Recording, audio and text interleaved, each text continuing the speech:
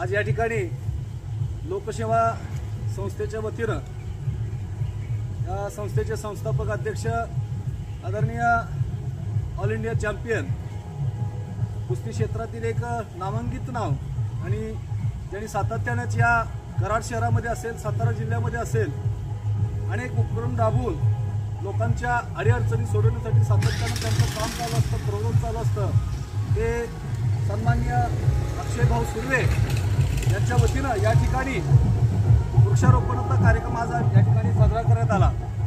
खरं तर आज झाडे लावणं ही काळाची गरज आहे, कारण आज जिकडं आपण बघल तिकडं डोंगर सगळं तोडण्याचं काम चालू आहे आणि मग त्याच्यामुळे प्रदूषण वाढत आहे। माणसाला जर आरोग्य जीवन जगायचं असेल तर झाडं लावली पाहिजे, झाडं जगवली पाहिजेत। ज्या पद्धतीनं आपण घरातल्या मुलाला जपतो त्याच पद्धतीनं प्रत्येकाने एक जर झाड लावलं तर नक्कीच आपल्याला आरोग्य मिळाल्याशिवाय राहणार नाही। कारण ह्या भौतिक जीवनामध्ये सध्या मोबाईलच्या आता जगामध्ये आपल्याला जर आरोग्य पाहिजे असेल तर झाडं लावणं ही फार मोठी संपत्ती आहे आणि ते काम अभिमानाची गोष्ट वाटते। आदरणीय पैलवान अक्षयभाऊ सुर्वे यांच्या माध्यमातून लोकसेवा संघटनेच्या संस्थेच्या माध्यमातून या कराड शहरामध्ये, सातारा जिल्ह्यामध्ये असेल, पश्चिम महाराष्ट्राच्या अनेक ठिकाणी वृक्षारोपण होत आहे। तसेच त्याबरोबर अक्षयभाऊ सुर्वे यांच्या संस्थेच्या वतीनं, लोकसेवा संस्थेच्या वतीनं खरोखर सेवा घडते ती म्हणजे ब्लड डोनेशन जे आहे, म्हणजे गरजू व्यक्ती असतील, अगदी मरणाच्या दारात असणाऱ्या, म्हणजे प्राणाची अपेक्षा ठेवून मरणाच्या दारात असणाऱ्या प्रत्येक व्यक्तीला तातडीनं रक्त पुरवण्याचं काम हे लोकसेवेच्या माध्यमातून घडतंय।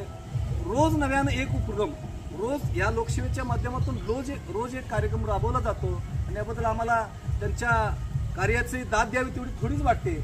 आज या ठिकाणी आज गणेशोत्सव आहे, गणरायाचं आगमन आहे। त्या आगमनाच्या दिवशी खऱ्या अर्थाने हे झाड लावलं, या दिवशी असंच आरोग्य लाभावं, प्रत्येकाला आरोग्य लाभावं, ऐश्वर्य लाभावं आणि सुखी संपन्न असा हा संपूर्ण मानव जात व्हावी अशी मी अपेक्षा व्यक्त करतो।